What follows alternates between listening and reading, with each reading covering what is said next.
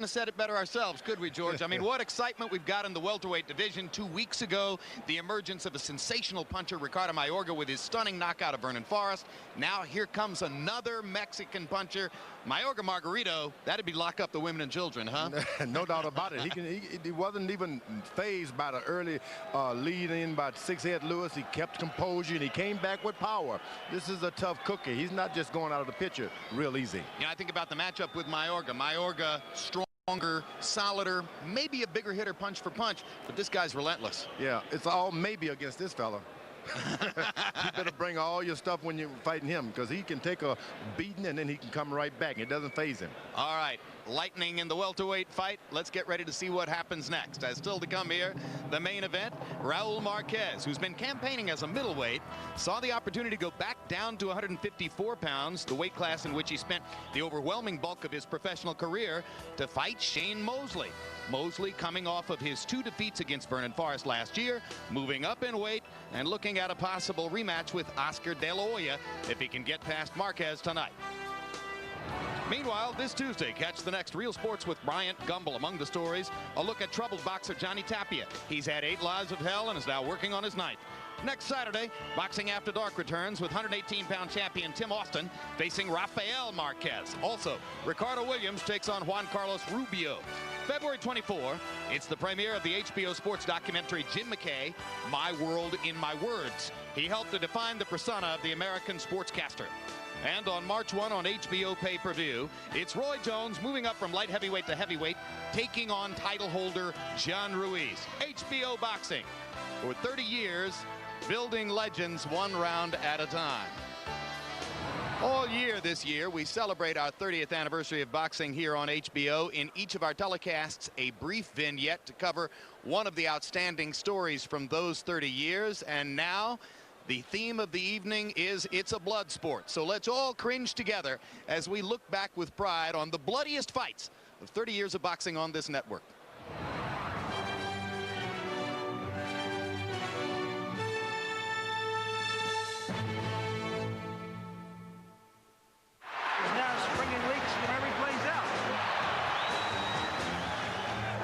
Effectively sticking that right hand in the face of a bloodied Vito Antuofermo.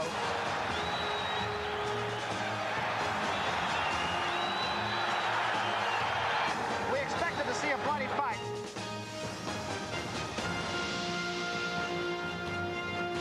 Let's go just a little bit more. Blood showing from the left eye of Ray Mancini. It hasn't been showing for the last 6 rounds.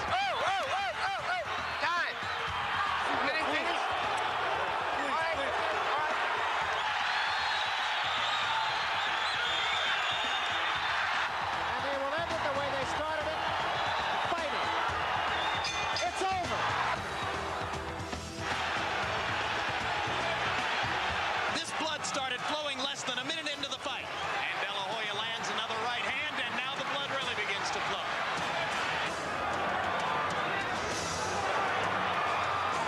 And the blood bothering Julio. Now his nose is bleeding too. He's calling the fight. The fight is over. The blood is starting to flow from above the left eye, and Gotti can't see the right hand coming with the blood flowing over his eye. I don't know how he can survive this fight or even this round. Your corner's tossing the towel in. Stop it. That'll do it. And more memories begin March 5 and every Wednesday for 12 weeks. HBO Sports presenting Legendary Nights, a documentary series about our 12 most memorable matchups from 30 years of boxing here on HBO. Don't miss it. And a live look at Las Vegas on this chilly night. Along the strip behind the green door of Las Vegas lie all of the sinful delights of mankind. Some of them legal and some of them not. Still to come, Shane Mosley against Raul Marquez. The fight takes place at 154 pounds in Mosley's first visit to that weight class. Former lightweight champion, former welterweight champion of the world, now moving up 7 pounds to junior middleweight. Prior to his 2 devastating losses to Vernon Forrest last year, Shane Mosley had gone 9 years without being the loser in a fight. So everyone agrees that part of the challenge coming back tonight against Raul Marquez is how to respond psychologically to the trauma of those 2 crushing defeats. For more on that, we accessed a sports psychologist for his input on the challenge. Shane Mosley's never been down in his career. One of Shane Mosley's greatest challenges is to overcome the stigma of his only 2 professional losses, both to Vernon Forrest. Critics who once heralded Shane as the best pound-for-pound fighter now question whether he has the mental toughness to come back.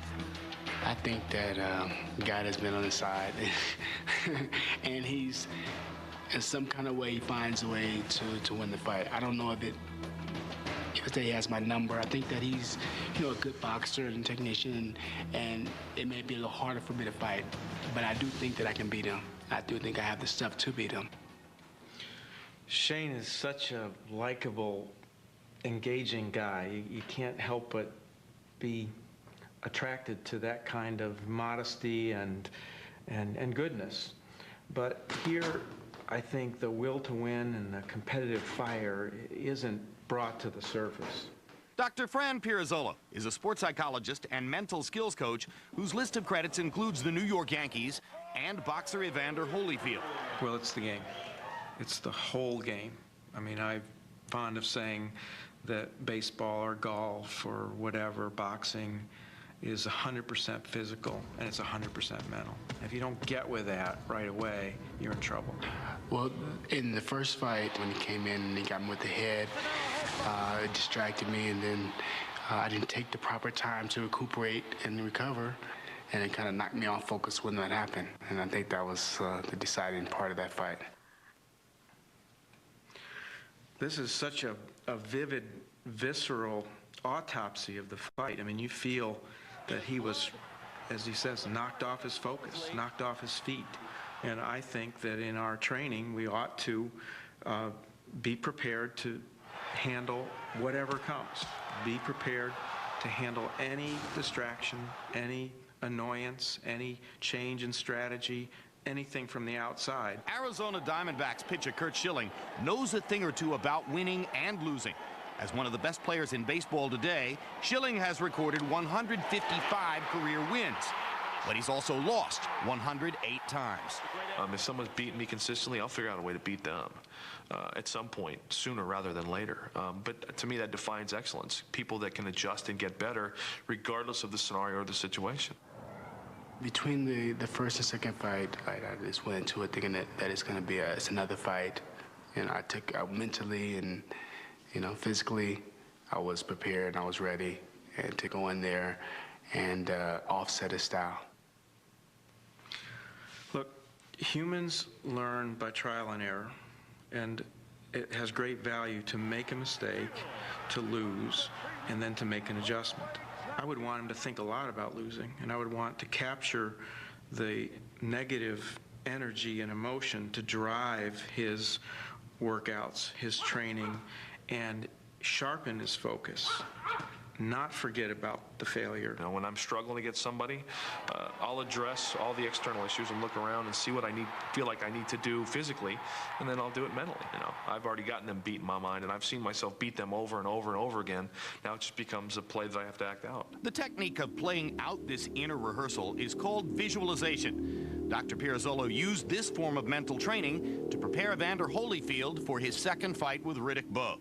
This is an example of the positive visualization that we wanted Evander to have. It depicts a Christ-like figure with his hand on Evander's shoulder, bringing the fight to Riddick Bowe. 6 months later, after we did this painting, Evander fought a much better fight and beat Riddick Bowe. As Shane Mosley faces a new weight division and an uncertain future in the ring, he'll be doing it alone, without a sports psychologist, relying on his own experiences, past and present. Now my life is good. I feel confident. I feel comfortable, and I just feel like getting into the ring and then doing it again.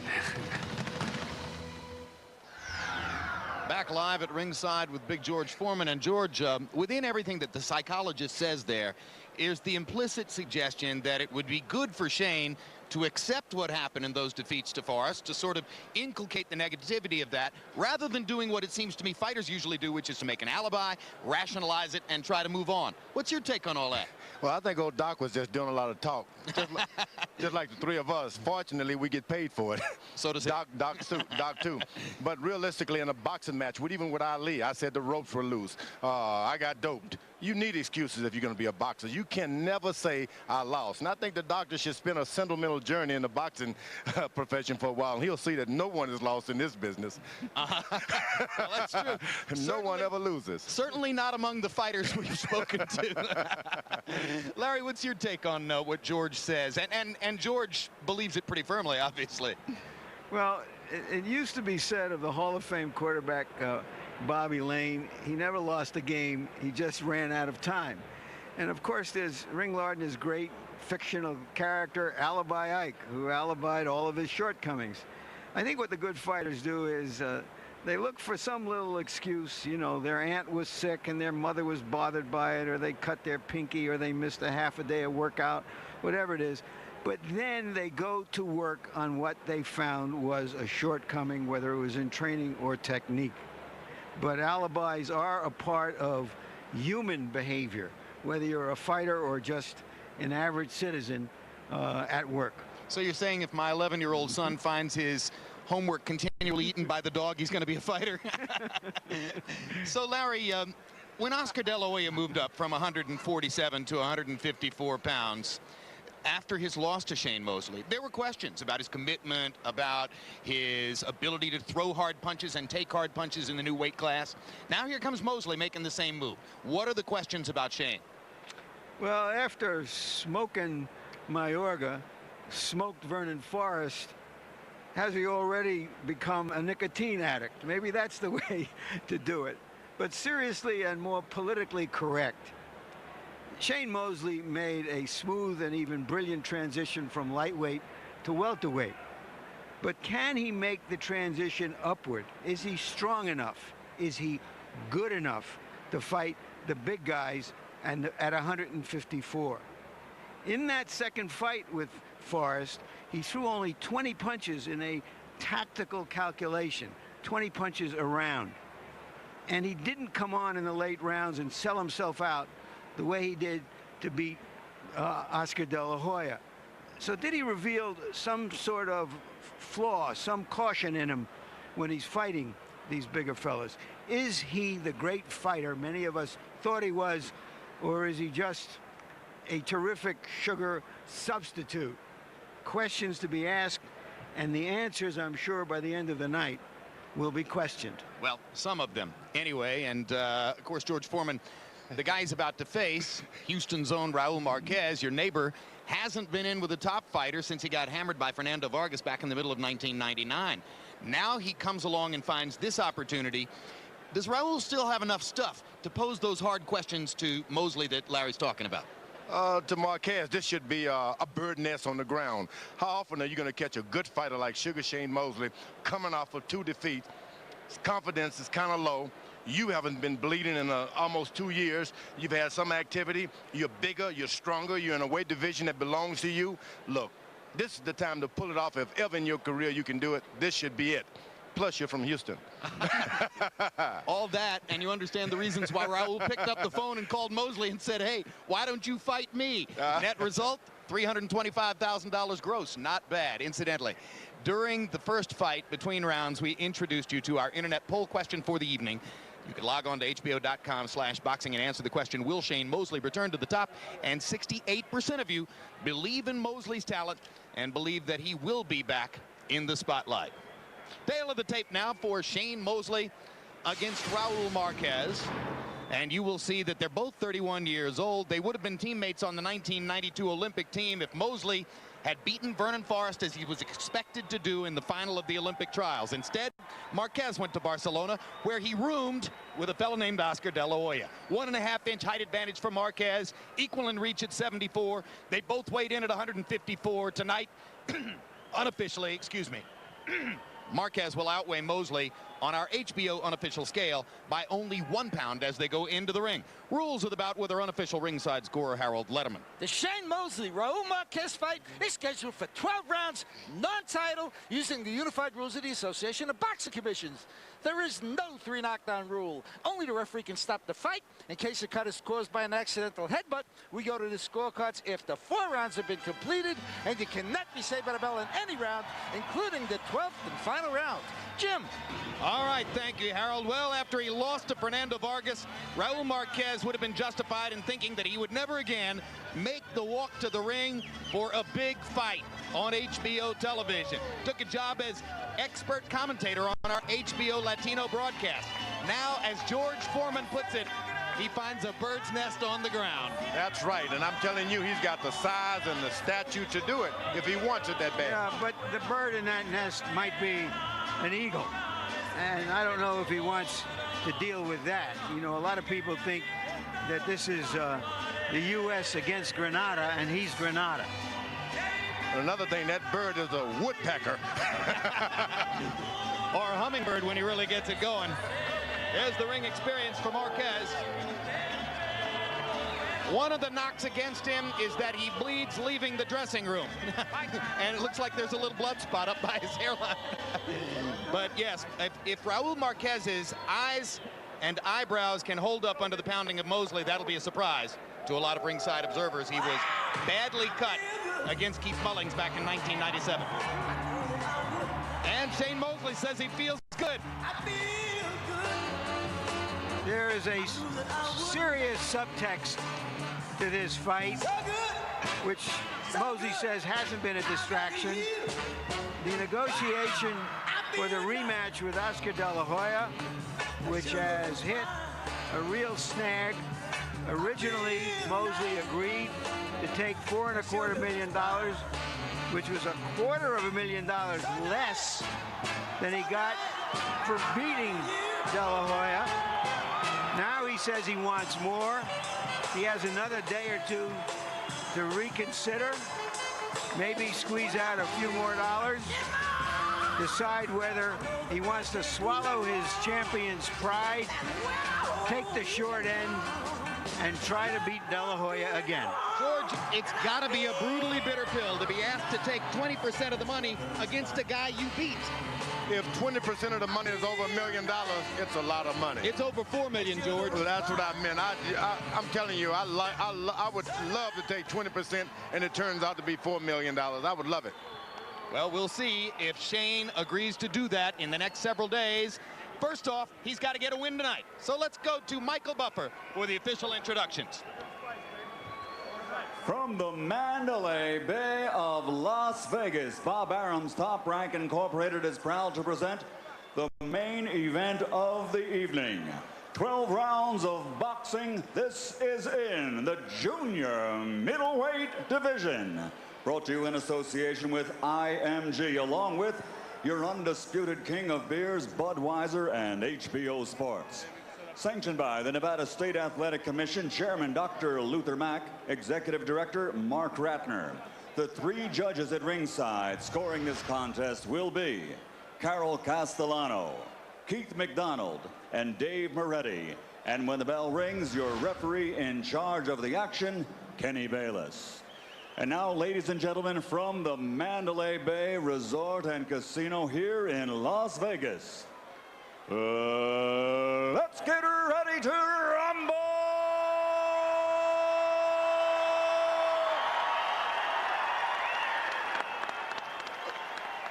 Introducing first, fighting out of the blue corner, wearing red with white. He weighed in officially at 154 pounds. This 1992 U.S. Olympian now has an outstanding professional record consisting of 34 victories, including 23 knockouts against only 2 defeats. And he has captured a world title. Tonight, his plans are a return to glory. From Houston, Texas, here is the former junior middleweight champion of the world, Raul El Diamante Marquez.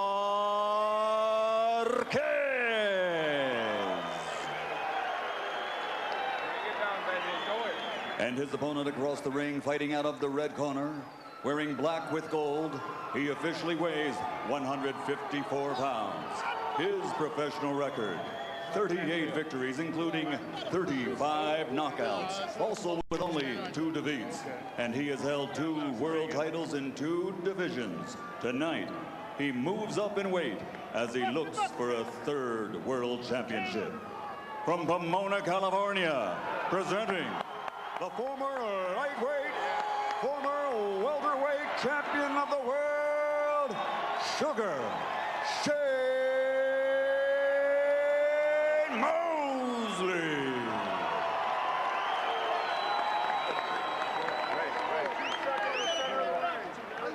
One person in Shane. Unroll me.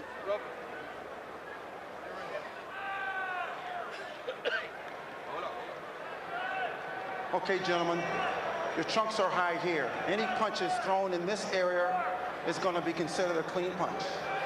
Okay? Here. Okay? Trunks is okay here. Now, gentlemen, we went over the rules in the dressing room. I want you to keep the fight clean at all times, protect yourself at all times, and what I say you must obey. Touch gloves. Good luck. Jim reminded you all that Marquez is a commentator on HBO Latina, so this is an opportunity for all of you who'd like to see an HBO commentator get beaten up. Yeah, but Larry, this might not be the HBO commentator that people want to see get beaten up.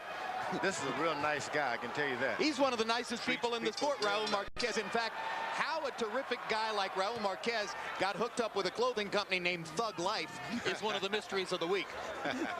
It's just clothes, just clothes. That's what Raul would say, I'm sure. His plan, George, is to come in with his hands held high, work behind his defense, try to pressure Shane Mosley, and impose his power on him. What do you think of the plan? Well, you want to keep your hands high, but you got to keep your body high also. He seems to keep his hands low, but he's dropping his head right in the range of Shane Mosley. You want to, if you're a little taller at all, take advantage of it. Stay up a little taller. That's what Marquez should be doing. Marquez leads with the left hand.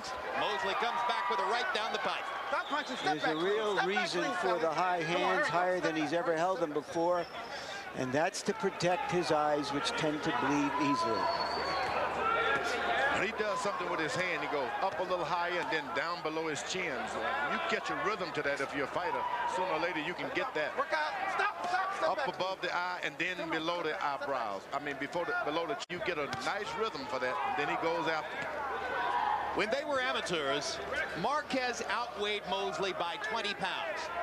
In the 10 years since, Shane Mosley has gradually added what amounts to 20 pounds of muscle. A good straight left hand by Marquez momentarily stunned Mosley. And the sharp right hand up the middle by Mosley. George, fighter adds 20 pounds of muscle during his career. Is that still his body? There we go. Shane is going to have to box, but he better understand he's heavy because of it, and you can only use those legs with that extra weight so much. Marquez, whenever he lands a good shot, he's going to knock Mosley back. No, that's a given. This despite the fact that Mosley has been lifting 500 pounds from a squat. That's incredible power out of the legs. But of course, weightlifting power doesn't necessarily translate into the boxing ring. When you're in a boxing sport, it's altogether different. Guys throw and hit at your nerves, things that you can't build up with weights. Marquez blocking Mosley's jabs. Shane's done his best damage in the round when he's gone to the body. And that's to be expected with Marquez holding the guard that high. Mosley's doing a good job of keeping his right hand up whenever that straight left is thrown. He seems to have it in position on most occasions. Heads, fellas. Come on. Watch your heads now. Watch your heads. There's a hard right hand by Mosley. Marquez shaking his head as if to say, that didn't hurt me. Sure it did. But he caught the rhythm to it. He caught the rhythm of his head, dropping his hand up and down. Marquez got to keep that rhythm down. Keep your hands in position. Nice buddy punch by Marquez. Reaching under to get to Mosley's body with the left hand. Marquez is going to do something that's going to be done from the body up. Keep this from the body on up. Not head down to the body. They touch gloves after the first round. Okay. I want you to relax, though. Okay, and continue to keep your left hand to block this right jab. Okay?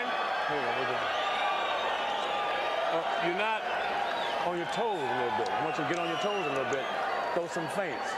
Okay? You're throwing some good body shots. Where's the bucket to spin in? If he steps to your right, you have to throw. You listen. Okay? Okay. Deep breath. Deep breath. Whenever you throw a punch and he backs up, you need to step with a frame defense. Beautiful. Okay. Yeah, vamos. Okay. We're Motherfucker ain't shit. No me bajes las manos cuando tira porque no te están dando nada. Okay? Punches are not going in at all. You can beat this guy, all right? You heard the reference to a frame defense. That's the defense with his arms in front of his body, his fists in front of his head, like a house frame. CompuBox numbers in round one. Mosley 10 out of 41 in a relatively cautious round. Marquez 4 out of only 32 punches thrown. Marquez seemingly trying to feel his way into the fight a little bit. And Mosley resorting more and more to the straight right hand to begin his attack as Marquez is determined to block his jab. Marquez is doing a good job of moving in with his hands up, but he should be moving his jab a little bit more. Listen to my command. Listen to my command. Watch your hands. All right, fellas, here we go. There's no jab coming from Marquez. You don't he make tried a fight one, like and that. Mosley blocked it a foot away from his body. And once a fighter knows you're not going to hit him with anything, though you're coming and coming and coming, takes all kind of privileges with you. Stop, sit back, let him up. Marquez slipped in the straight left hand. That one Mosley blocks with his right.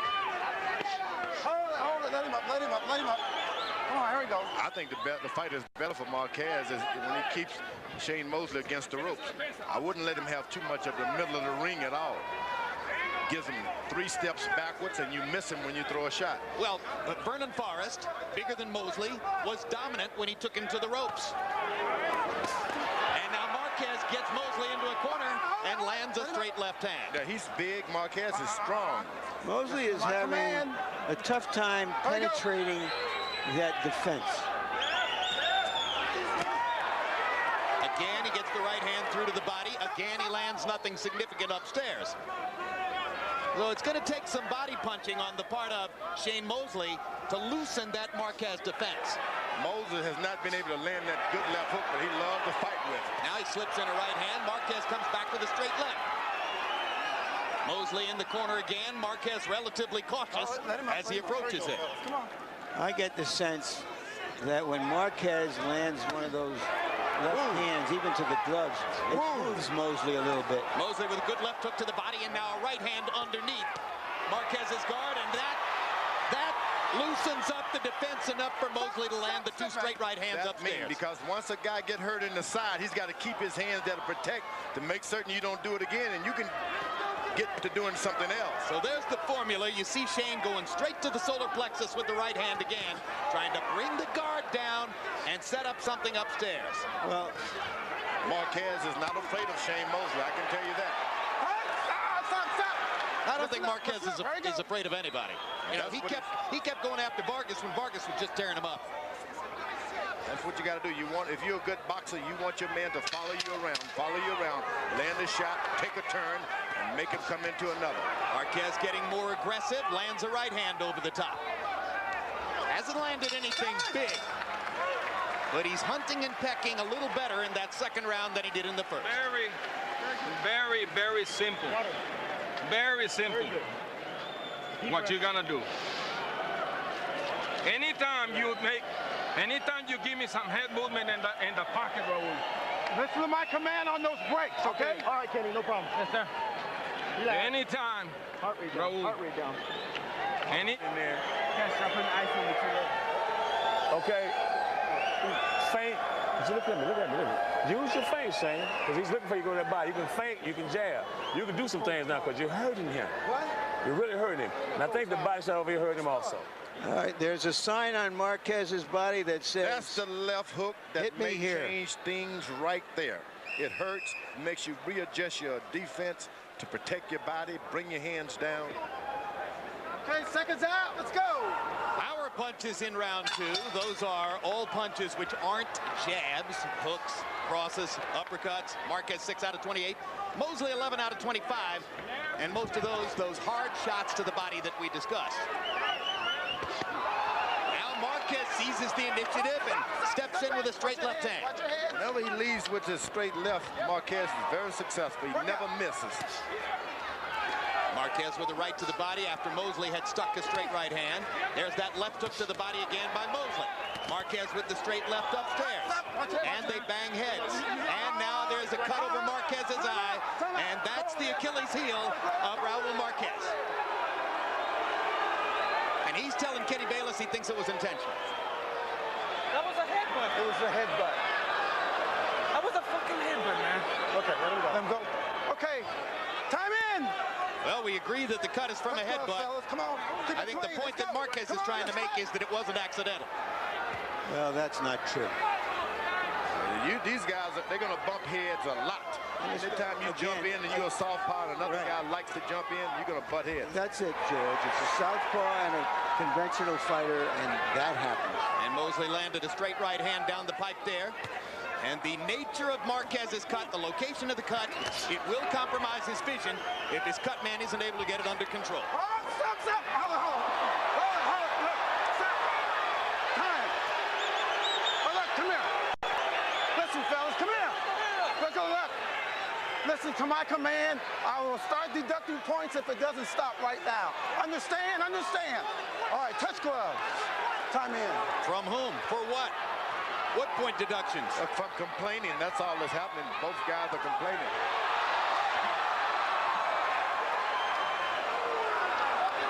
It's like Bayless thought it might be a knockdown for a second and then decided no. Well, it might have been a flash knockdown. Now Mosley's knocked off balance.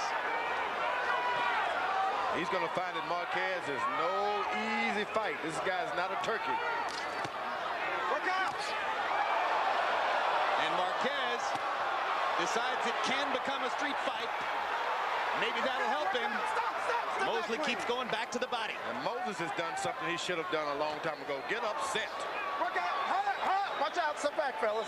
Let go. He's been nice. These guys have been friends all week, shaking hand, hugging. Now all of a sudden they realize that he's upset that the other is upset. Work out. You want to know how nice Shane Mosley is? He's as angry as I've ever seen him about this monetary offer from De La Hoya for the possible fight in September. Yesterday, I saw a list of Shane Mosley's 5 closest friends, and Oscar's still right there on the list. Oh, what a body shot by Mosley. Marquez is having some problem with the blood going around the eye, but he's been in a...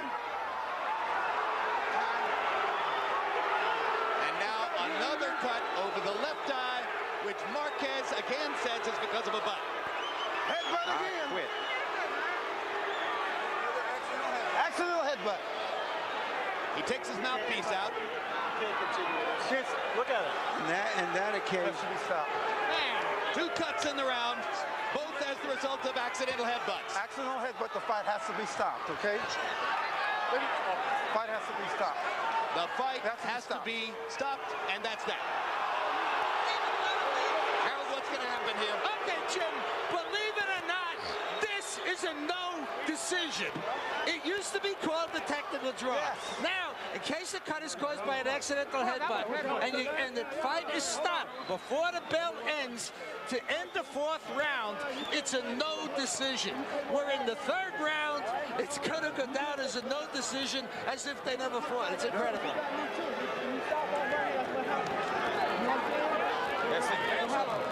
I think Mosley's over there trying to convince Shane that it, or trying to convince Raul that it was accidental. I'm strong. I know I'm strong. Yeah, man, you can do it better. You can fight, man.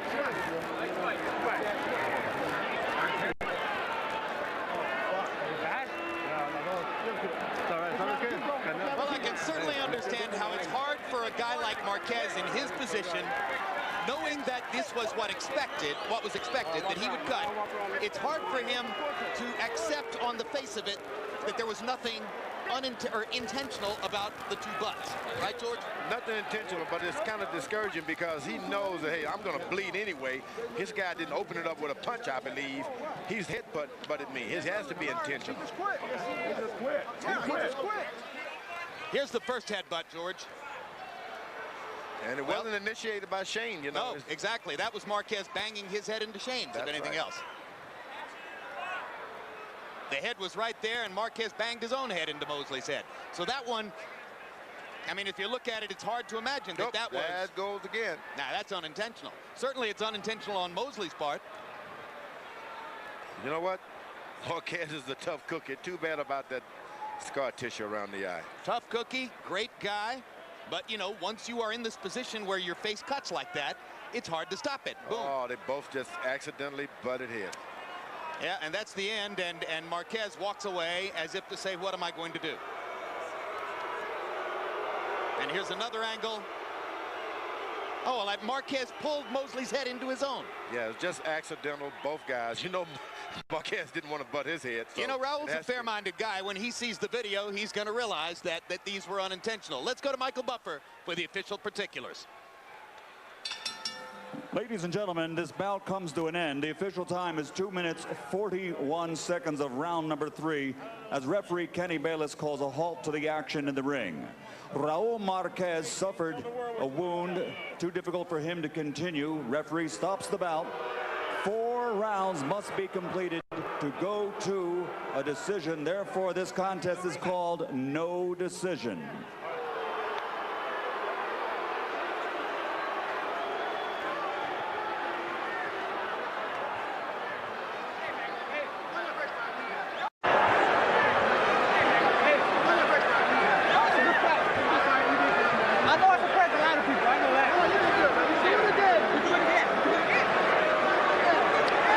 So the crowd begins to try to get its bearings in response to the sudden developments of round 3.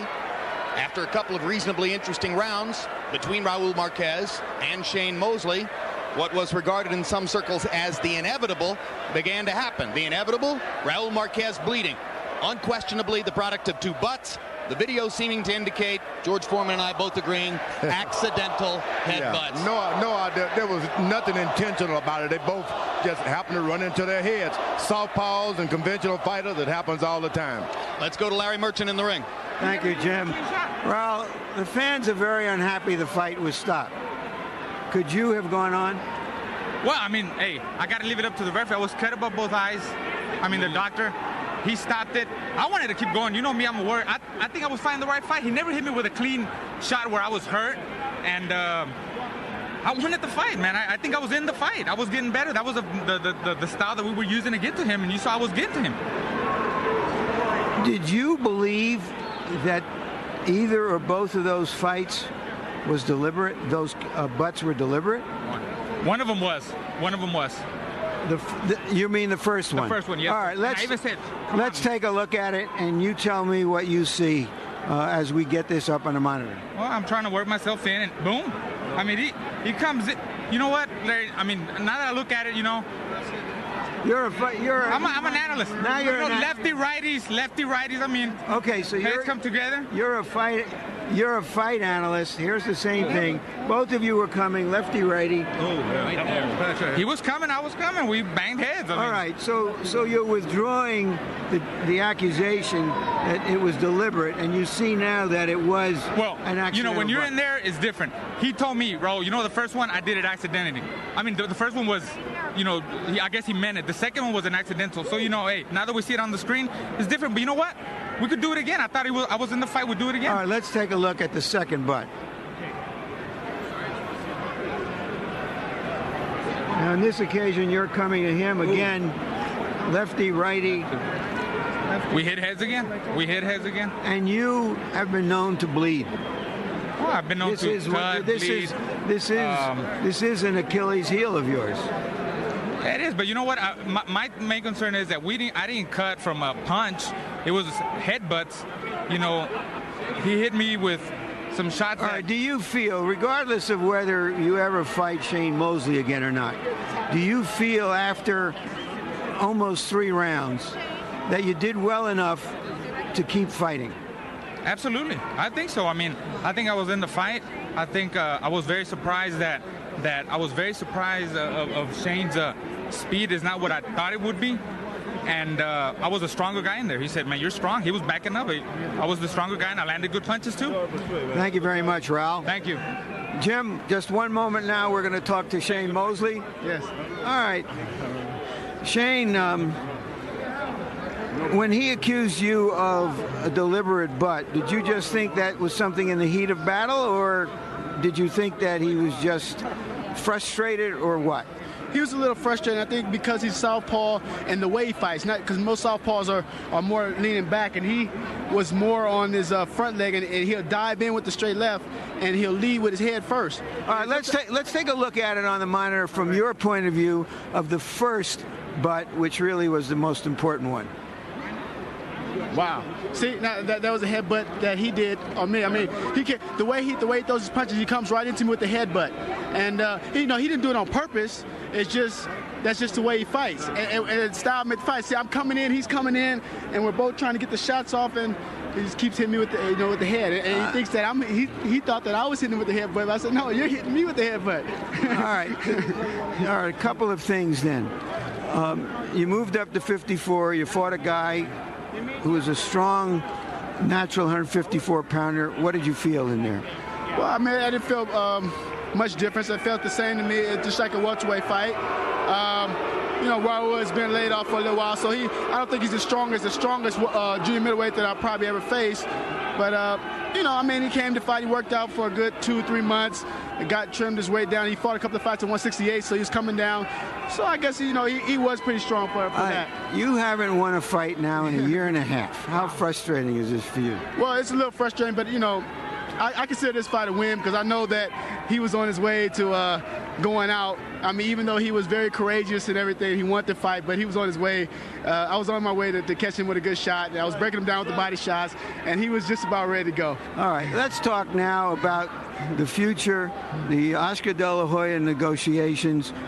You've said you are not going to accept the sum of $4.25 million, which represents a 75-25 split in his favor, in which De La Hoya would get $12 million. Are you standing on that as a matter of your pride, that if that's the final offer, this is an absolute no? Well, I mean, I was told that there was $20 million in the pot, and if De La Hoya's getting 12 and they want me to have 4, then where's the other $4 million? Well, the promoter wants to get paid too. Well, I mean, the promoter can't get what I get. I'm the fighter. So I don't know what to say about that. All right. We're looking now at the possibility that Oscar De La Hoya could fight a rematch with Vargas. There are reports, a little stronger than rumors, that Trinidad is seriously thinking of coming out of retirement. That could put Oscar De La Hoya off your party list for a long, long time. Will this enter into your final decision? Well, the way I look at it, Larry, is, I'm the last guy to beat De La Hoya, and De La Hoya wants greatness, so he wants to fight me. He wants to fight Sugar Shane. He came knocking on my door saying that he wanted to fight me. At least be generous, be a little courteous, and don't be so rude about, offering me this chump change. $4 million is a lot of chump change. Well, yeah, not when you get 4.5 for the first time you fought him when I beat him. So you feel that in your business situation, you could walk away from this, fight other junior middleweights, and just let it happen down the road? I think so. I mean, I'm making good money on each fight. I'm still a household name. Fans, you can see there's a lot of people here to come to watch Sugar Shane fight, so I still draw a pretty good crowd.